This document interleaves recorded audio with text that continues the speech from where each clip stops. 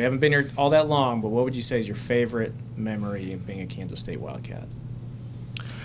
For me, I'll just say the team bonding that we have on the road. We have a lot of fun in the hotels. Going out to eat, we just kind of get our minds off basketball just a little bit, and just, we're a goofy team and have great times together. So yeah.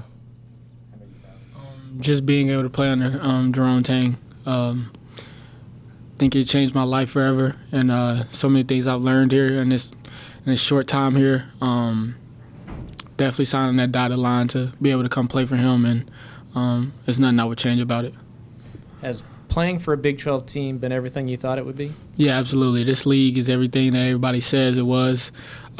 Just to be able to be in this position to, be able to say I was able to play in the Big 12 and play with a group of guys like I've had, no matter what, the score says or what a record looks at, the biggest thing during all this is you have to enjoy the journey. And you learn so many things throughout the years, and in 5 years is a long time in college, and you see so many different things, you meet so many new people, and we get caught up in the X's and O's and the scores and what everybody else says, but you just got to enjoy the journey and enjoy the journey with your brothers. And I'm just, like I said, I'm blessed to be able to play in the Big 12 in the best league in the world.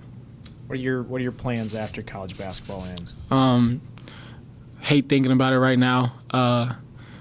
Because of what's at stake, and I still truly believe in this team so much and believe in what we can do. And not only me, but I know this team is going to fight to the end.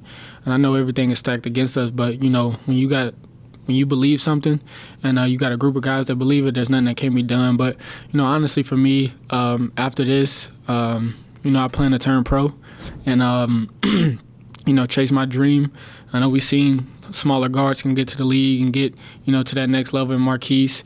And, other guys that have came out here, Jacob Pullen, and, just all over the world. And I think the pro level is so open right now, and basketball is becoming so much better every day, and it's expanding.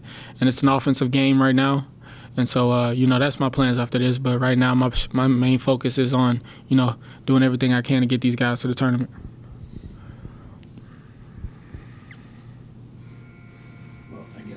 How important would this Iowa State, if you guys are able to beat the Cyclones on Saturday, you guys could get hot, how much would that help with momentum heading into Kansas City?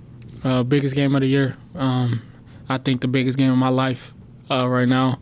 Not to put, crazy pressure on anybody, but, at the end of the day, it essentially is the biggest game of my college career right now.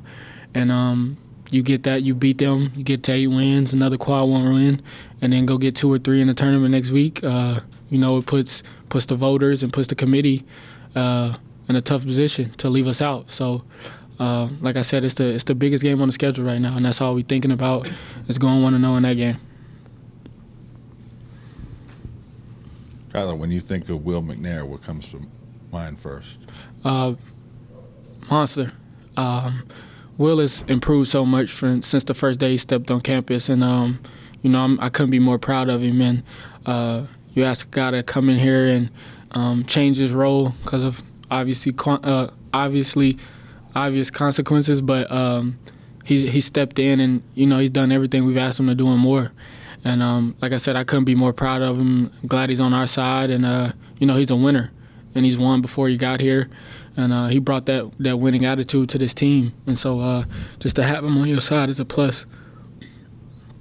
Does it seem like you just got to Manhattan, or does it seem like you've been here for a couple of years? Nah, it feels like it went by in a day. It feels like it went by so fast. And I say this all the time. I hate that I've only been here 1 year. I hate that I only got to spend a year under Coach Tang.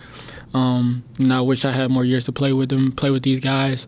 I wish I just had more time to, embrace the community, embrace the fans as much as I did when I was at UNT. And so that's the only thing that sucks about this, the transfer portal and only getting to spend 1 year is because when you really care about, things outside of basketball, it's not the same. You really want to, enjoy the community, enjoy the fans, and embrace it. And I felt like I didn't get to as much as I wanted to. Finishing it out as a scholarship basketball player, I'm sure has been pretty cool for you. When your ride is over, what's your next step?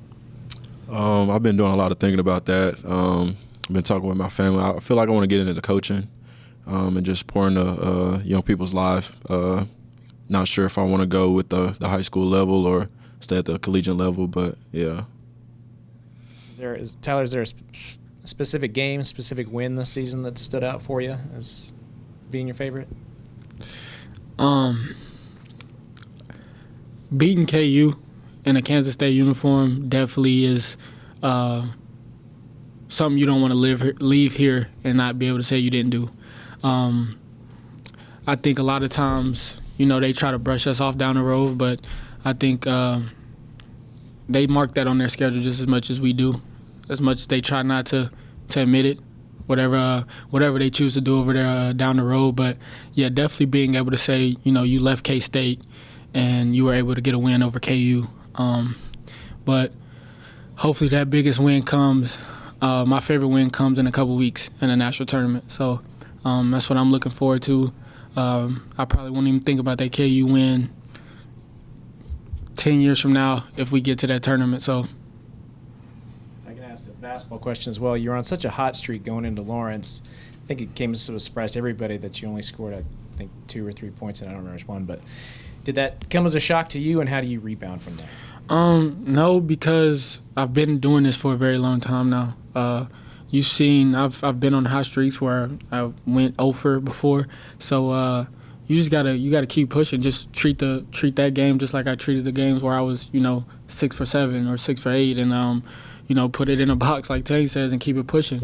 Because at the end of the day, I'm not defined on if I'm making shots or not. You guys see me at the beginning of the year where I couldn't buy one, so I've been there before. I've seen it all now, and so you just got to keep pushing, keep going. Because at the end of the day, it doesn't matter. My effort, my energy, and how I lead this team is essentially going to get us to where we want to go. Not me, not me worrying about if I miss or make shots. It's going to get us to where we want to go.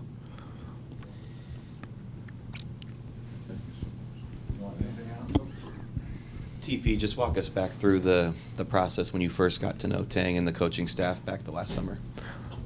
Well, you guys already, you guys already knew I was super comfortable and familiar with Reem, and that's like a big brother to me. His wife, Sierra, texts me night before every game, and it's like a big sister. So, just coming in, I've heard so many stories about how great of a person Coach Tang was, and then being able to be in his presence, I was able to really understand what people were talking about, and I've never heard one lie about him. And he's just a great human being. And the whole coaching staff, Coach Yuri, Coach Marco, A-Dub, Carp, all of them, Frankie, Coach Phil, they're everything what I pictured. And like I say, it sucks I only get 1 year with them. Like, that's the worst part about all this, is that I only get 1 year under these guys. And I've learned so much in just these few short months that I'm going to use for the rest of my life outside of basketball. And I was truly blessed by God to be able to be here, and for them guys to pick me. You know how many options they had in the portal, and how many options they could have went, different ways they could have went, and for them guys to pick me and choose me to help lead this program. I can't say anything but thank God.